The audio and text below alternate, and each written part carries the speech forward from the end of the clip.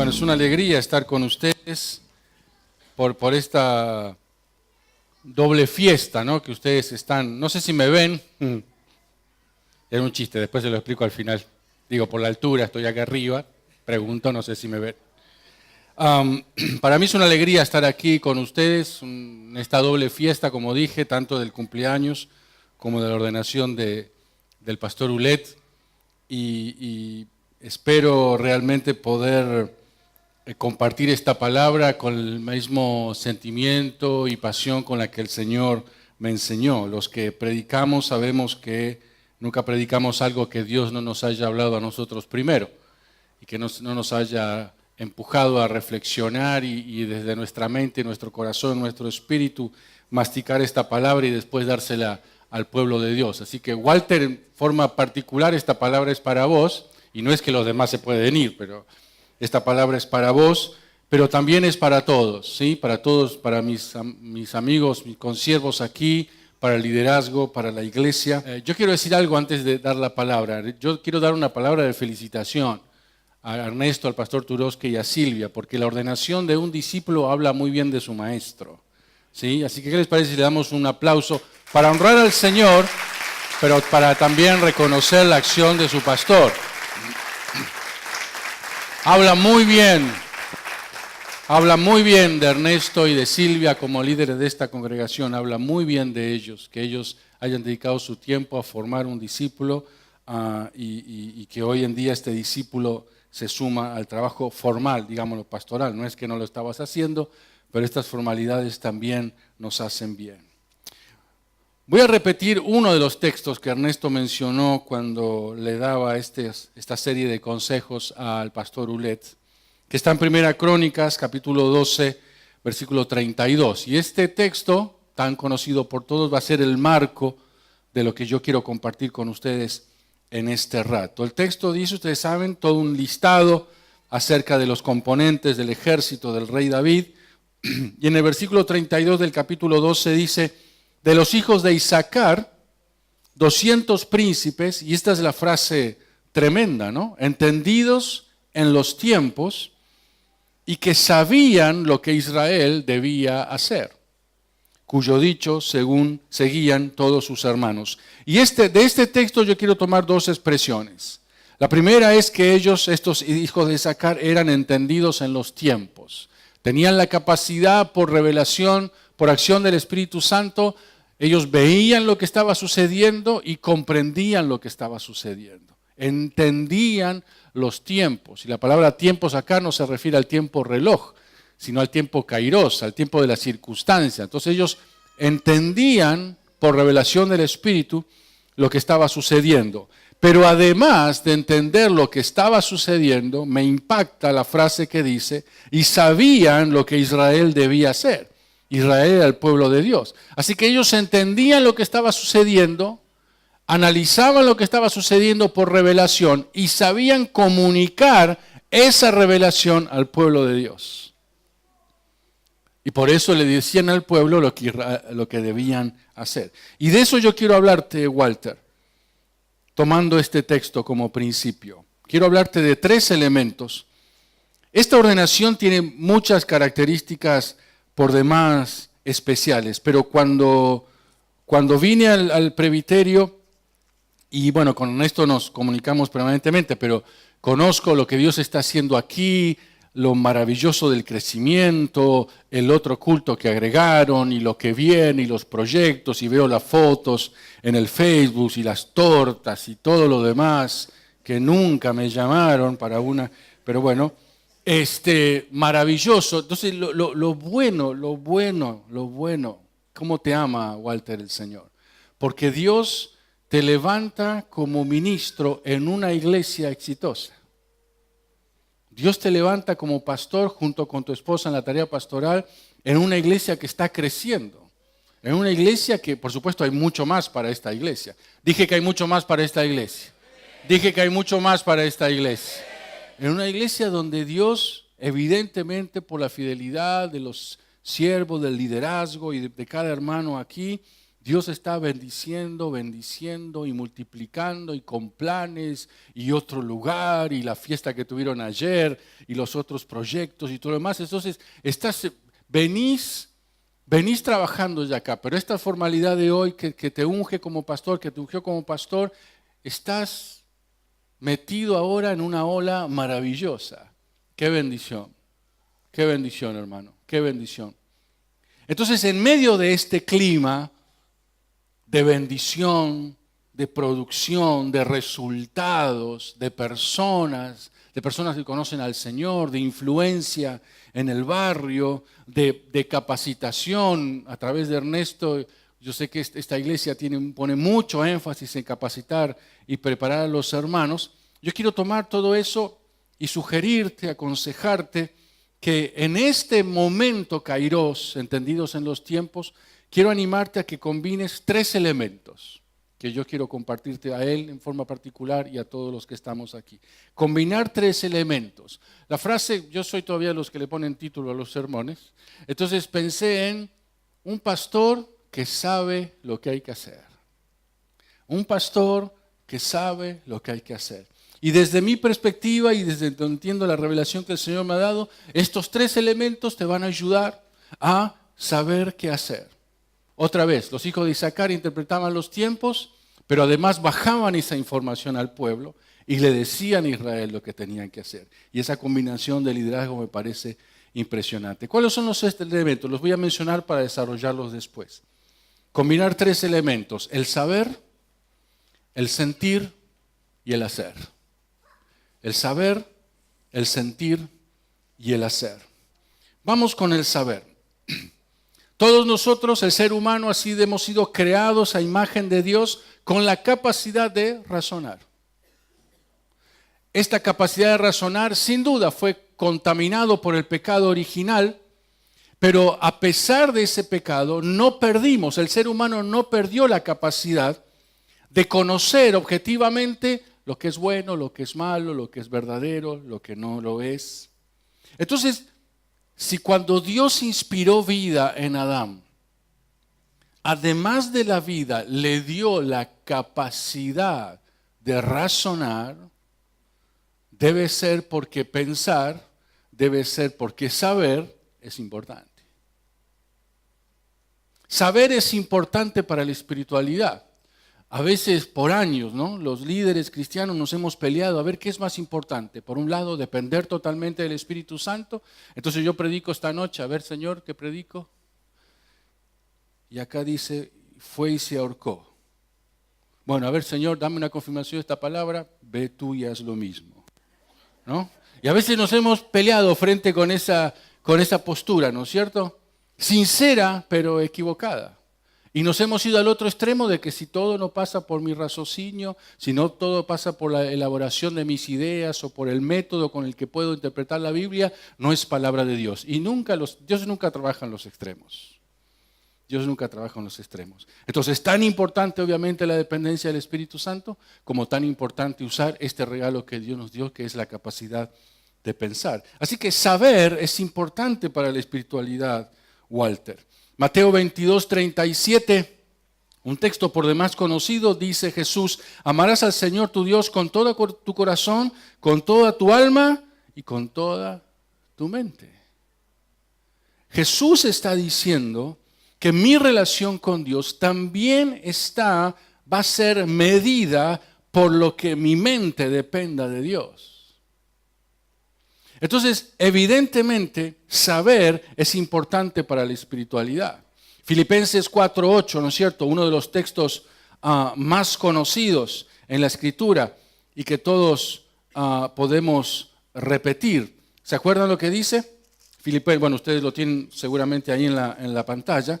Filipenses 4:8, por lo demás, hermanos, todo lo verdadero, todo lo honesto, todo lo justo, todo lo puro, todo lo amable, todo lo que es de buen nombre, si hay virtud alguna, si algo digno de alabanza, en esto, pensad. Otra vez, saber es importante para la espiritualidad. Filipenses 4:8, o sea, Jesús dice, amen a Dios con toda su mente. Entonces la cuestión es, bueno, tengo que llenar mi mente de las cosas que representen que amo a Dios. El apóstol Pablo dice, de esto hay que llenarlo. Llenar nuestra mente de lo que es verdadero. En un mundo donde se está llamando, donde es tan fácil la mentira, Pablo dice, llenen su mente de lo que es cierto. En un mundo donde es tan fácil la deshonestidad, la corrupción, Pablo dice, llenen su mente de lo honesto. Donde es tan fácil la injusticia, tan dolorosa para muchos, Pablo dice, llenen su mente de lo justo. En un mundo donde la perversión está al máximo nivel prácticamente, y donde si no dependemos del Espíritu Santo somos vencidos, Pablo dice, llenen su mente de lo puro. En un mundo donde a nadie le importa lo que le pasa al otro, y me encantó cuando hicieron referencia de tu amabilidad y de esa forma que vos tenés así, acá dice, todo lo amable. Ser amable también es parte de servir a nuestro Señor. Y si algo anda bueno por ahí, si algo es de virtud alguna, si algo está digno para ser reconocido, pensá en eso. ¿Por qué? Porque saber es importante para la espiritualidad. Filipenses 4:8, ¿qué nos dice entonces? Que enfoquemos nuestra mente en lo que nos hace crecer mejor como personas. Enfocar nuestra mente en lo que nos hace crecer mejor como personas. ¿Por qué? Porque pensar es importante para la espiritualidad. En el libro de Efesios, en el capítulo 1, me encanta Efesios capítulo 1, versículos 15 en adelante, el apóstol Pablo está orando por los que fueron sus discípulos allí en la ciudad y dice, por esta causa también yo, habiendo oído de vuestra fe en el Señor Jesús, de vuestro amor, está hablando de la acción, de la fe y del amor, pero dice, no ceso de dar gracias por ustedes, haciendo memoria de vosotros en mis oraciones, para que el Dios de nuestro Señor Jesucristo, el Padre de gloria, os dé espíritu de sabiduría, de revelación en el conocimiento de Él. Versículo 18, alumbrando los ojos de vuestro entendimiento.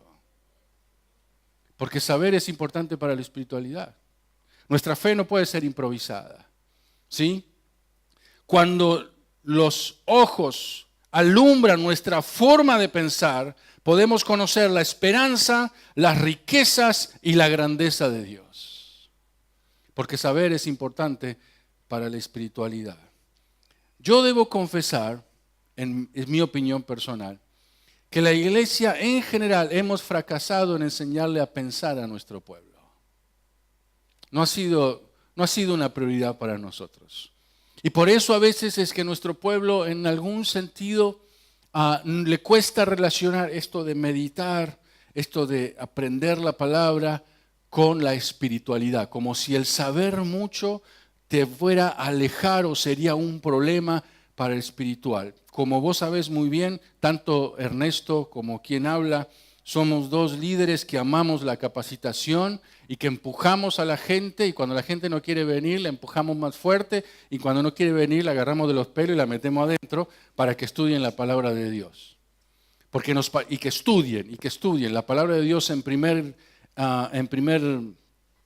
como prioridad, y después cualquier otra cosa que nos ayude a crecer en nuestro conocimiento intelectual. ¿Por qué? Porque saber también es importante para la espiritualidad.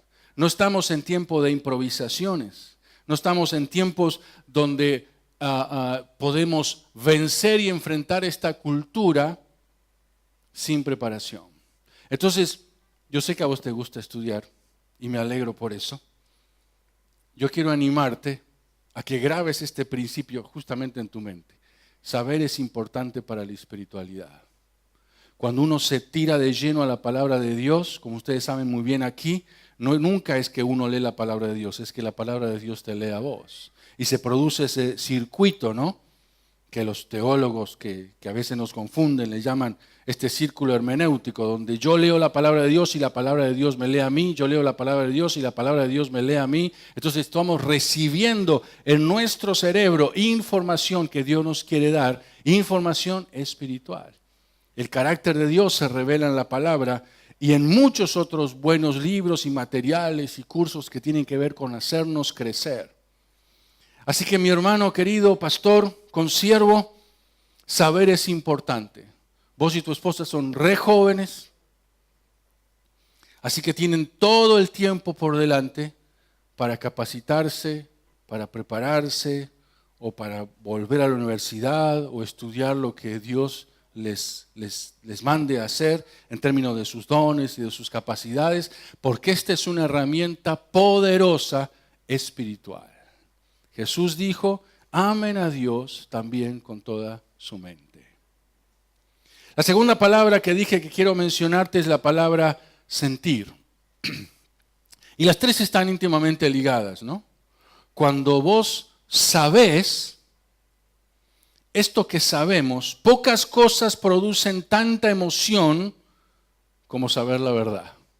Todos los que estamos aquí en algún momento estábamos perdidos, ¿no? Dice la Escritura, nuestros delitos y pecados. Y eso nos tenía amargados, esclavizados, hacíamos desastre con nuestra vida, dañamos nuestra vida, dañamos la vida de los que estaban a nuestro alrededor. Y en algún sentido pensábamos que esa era la vida que nos tocó o que no había remedio y qué va a ser, etcétera, etcétera, hasta que de alguna forma, por un folleto, por una campaña, por una reunión, por una actividad especial, el amor de Dios se nos presentó. Y supimos que Dios nos amaba, que Dios nos perdonaba, supimos de la gracia de Dios, supimos de la oportunidad que Dios nos daba para comenzar de vuelta. Y ese saber nos hizo sentir algo diferente.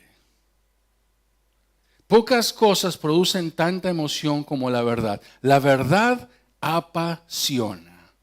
Mateo otra vez, 22:37, otra vez dice, ¿no? Amarás al Señor con todo tu corazón, toda tu alma. Está hablando de pasión, está hablando de entrega. Walter, cuando vos descubrís la verdad de Dios para tu vida y conocés sus planes y sus propósitos, vos sentís felicidad y plenitud. La gran pregunta, ¿no?, de este libro súper famoso del pastor americano, que en este momento se me acaba de olvidar el nombre, como suele pasar. La primera pregunta del libro de Vida con Propósito dice, ¿para qué estoy en la tierra? Ya con esa pregunta ya no te dan ganas de seguir leyendo el libro, ¿no? Porque es una pregunta mortal. Cuando vos te preguntás, ¿para qué estoy en la tierra? Y bueno, todo el libro trata de ese desarrollo. Tenemos la inmensa posibilidad de vivir en el camino de la realización. El ministerio debe darte realización. Vos estás en el ministerio pastoral como parte de tu camino de realización. ¿Y cuál es el desafío? Que te sientas bien haciéndolo. Como Ernesto muy bien te decía, ¿no? Que te sientas bien sirviendo al Señor. Que sepas que dependés de Él, que tu relación con Él, que vos estás haciendo todo lo posible para agradar y sacarle a Dios una sonrisa en términos del ministerio. Porque como vos sabés algunas veces, a veces con lo que hagas el único que va a sonreír va a ser Dios. El Salmo 119, versículo 103, dice, cuán dulces son a mi paladar tus palabras, más que la miel a mi boca. Está re emocionado el escritor aquí, David. Qué dulces son a mi paladar tus palabras. Qué dulce, es una sensación, es sentir. Walter, no te impidas sentir en el ministerio. Ya he visto que sos medio llorón, ya me voy con esa novedad, no sabía eso. Bueno, pero son los años, esos son los años. Pero que nada te impida sentir. Y sentir primero en cuanto a tu relación con Dios. Pero sentir también y sacar, veía, entendía los tiempos. Yo estoy convencido que no solamente tenemos que saber lo que le pasa al país. También tenemos que sentir lo que le pasa al país. Tenemos que sentir en nuestro pecho, en nuestro corazón lo que le pasa al país. Cómo la patria está sufriendo, cómo la gente está sufriendo. Tanto desencuentro, tantos temores, tanta incertidumbre. Los que aman a Dios y ponen en las manos de Dios su corazón, Dios te hace sentir lo que está en el aire, sobrenaturalmente. Sentir alegría por lo que estás haciendo. Sentir y disfrutar. Nadie quiere seguir a un líder aburrido. Nadie quiere seguir a un líder con espíritu de planta. ¿Cuál es el espíritu de planta? ¿Estas plantas son verdaderas o son ciertas? Bueno, mira, son hermosas, ¿no? Ahora me puedo mover. Qué hermosas, qué bien te queda el amarillo, Flor. ¿Volviste a reaccionar? No. El espíritu de planta hace eso. No reacciona. Está vivo, pero parece que no está vivo. Estamos viviendo un tiempo donde necesitamos líderes como vos y tu esposa que transmitan emoción al pueblo de Dios. Está bueno seguir a Dios. Y a pesar de todo está bueno seguir a Dios. Y a pesar de lo que viene está bueno seguir a Dios. El Salmo 40, versículo 8 dice, el hacer tu voluntad, Dios mío, me ha agradado. Y tu ley está en medio de mi corazón. Está hablando de las emociones. Señor, me encanta hacer tu voluntad. Esa realización cuando vos compartís con el pueblo de Dios una palabra no que inventaste ni que sacaste del griego, del hebreo, punto 1, punto 2, punto 3, sino que eso como instrumento lo usás, pero sabés que estás volcando sobre el pueblo una revelación. Pan fresco y no recalentado. Esa emoción de saber que sos la voz de Dios para el pueblo. Esa alegría de saber que sos las manos de Dios. Después de la Segunda Guerra Mundial, estaban algunos soldados cristianos, ¿no? Caminando por Alemania y viendo el desastre que Alemania como Estado había quedado, país destruido. Y encuentran una iglesia, y por supuesto estaba todo con agujeros, bombardeada, etcétera, etcétera. Y encuentran una figura de Jesús. Y la idea era tirar todo abajo y dar espacio para la reconstrucción. Y esta figura de Jesús era interesante porque tenía los brazos quebrados, las manos quebradas y los pies quebrados. Se había sostenido solamente por la estructura metálica. Tenía solamente la cabeza que simbolizaba el rostro. Y la historia dice simbólicamente que cuando la iban a tirar abajo, un soldado sabio dijo, no lo toquen porque esto es una señal para nosotros. ¿Qué señal? Seamos nosotros las manos de Jesús. Seamos nosotros los pies de Jesús. Y yo creo profundamente en esto. Creo en esta poderosa energía que el Espíritu Santo pone dentro de nuestro interior, donde corre la sangre con toda velocidad, porque sentimos pasión por hacer la voluntad de Dios. En Juan 16, versículo 21, la mujer cuando da a luz tiene dolor, pero ha llegado su hora. Porque ha llegado su hora. Pero después que ha dado a luz un niño, ya no se acuerda de la angustia por el gozo de que haya nacido un hombre en el mundo. ¿Cuántas de las madres aquí han tenido su hijo en parto natural? Levanten la mano, por favor. Con todo respeto, les pregunto, ¿duele, no? Yo cuando me quejo, ya no me quejo más, después de 30 años casados, pero cuando yo me quejaba de mi dolor de muelas, y yo creía, estaba tirado en la cama ahí de dolor, y yo creía que el mundo no comprendía mi dolor de muelas. Yo estaba ahí y le exigía a mi familia, a mis hijas y a mi esposa que tuvieran misericordia de este pobre ser humano que estaba a punto de ser partido de dolor, ¿no? Y estaba en eso. Entonces, un día me acuerdo, le dije a mi señora, vos no sabés cómo me duele. Y mi señora se me para al lado y me dice, vos no sabés lo que es un parto. Y ahí se me fue el dolor. Pero la imagen del parto es extraordinario, ¿no? Porque el momento de pujar y que se acomode y esto y aquello y ese grito y eso que uno está ahí. No sé si yo estuve en el parto de mis dos hijas. Me acuerdo, hasta que me desmayé, me acuerdo que estaba ahí. No me desmayé. Que estaba ahí luchando en otra habitación y mi esposa ahí a los gritos y puje y pujá y esto y lo otro y vos estás ahí que no sabes qué hacer, encerrado como loco, hasta ese momento donde parece que todo explotó y al instante esas lágrimas de alegría, de tremenda bendición de poder tener tu herencia en tus brazos. Esto es sentir, porque hay cosas en el misterio que son un parto. ¿Sí? Salió bíblica la frase, ¿no? Cuando decís, che, ¿y esto cómo va? Y es un parto. Bueno, aquí tienen la base bíblica de dónde sale eso, ¿sí? A veces que te entiendan, a veces que te obedezcan, a veces que comprendan, a veces que contagien de la visión, de la pasión, es un parto. Pero después del parto, dice Jesús, viene la alegría. Entonces, sentir es importante. Sentir la alegría de lo que sabes. La madre, aunque sufre los tremendos dolores del parto, sabe que después del dolor viene la alegría más increíble. Ahí está el bebé. Por eso aguanta el dolor. Entonces, el saber está íntimamente relacionado con el sentir. No pierdas la capacidad de sentir. No necesitamos gente de piedra. No necesitamos pastores inaccesibles. No necesitamos. El pastor Volati, yo estaba en el seminario y él era director de la área práctica de los alumnos. Y una vez me dice él, cada tanto me subo al colectivo para sentirle el olor a la gente. Toda una frase, ¿no?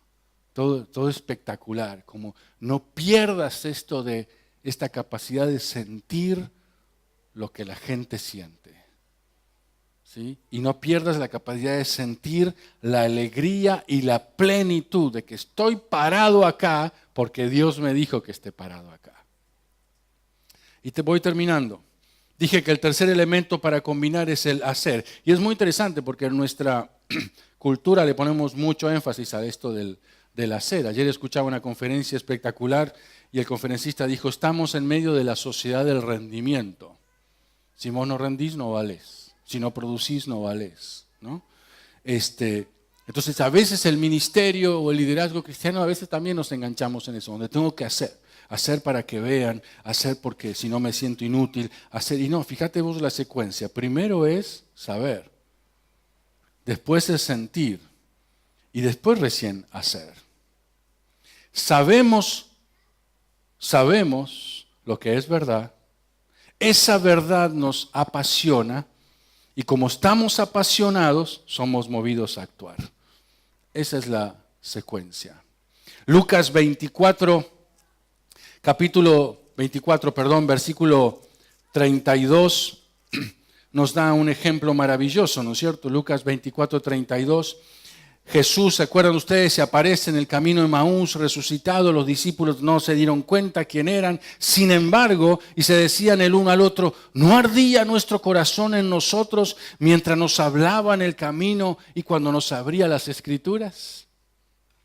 Se dieron cuenta, supieron quién era el que hablaba, sintieron, se dieron cuenta por lo que sintieron y a partir de ahí comenzaron a hacer. Yo encuentro esta secuencia en muchos lados en la Escritura. En el libro de Hechos, ¿no es cierto? El gran libro de historia de la iglesia cuando comenzó. Capítulo 4, versículos 19 y 20. Dice, mas Pedro, lo habían llamado a Pedro y Juan al concilio, ¿no es cierto? Habían hecho el milagro y el Sanedrín se enojaba con ellos. Mas Pedro y Juan respondieron diciendo, juzgad si es justo delante de Dios obedecer a vosotros antes que a Dios. Porque no podemos dejar de decir lo que hemos visto y lo que hemos oído. La acción, porque el ministerio es de acción. Dios nunca llama a vagos. El ministerio es de acción. Y ningún vago deja de ser vago porque es ordenado. Al contrario, su vaguitud... acabo de inventar esa palabra, su vaguitud se nota mucho más y es de gran prejuicio para el pueblo de Dios. Dios llama a los trabajadores, a los transpirados, a los que no tienen tiempo Dios llama. Miren si vamos a obedecer, nosotros estamos dispuestos a obedecer más a Dios que a ustedes. Por eso hacemos lo que hacemos. No podemos dejar de decir, no podemos dejar de hacer lo que hemos visto, lo que sabemos que es verdad. Hechos 14, un episodio del apóstol Pablo increíble. Todos recuerdan, Pablo y Bernabé en Iconio, después Pablo es apedreado en Listra, en la ciudad.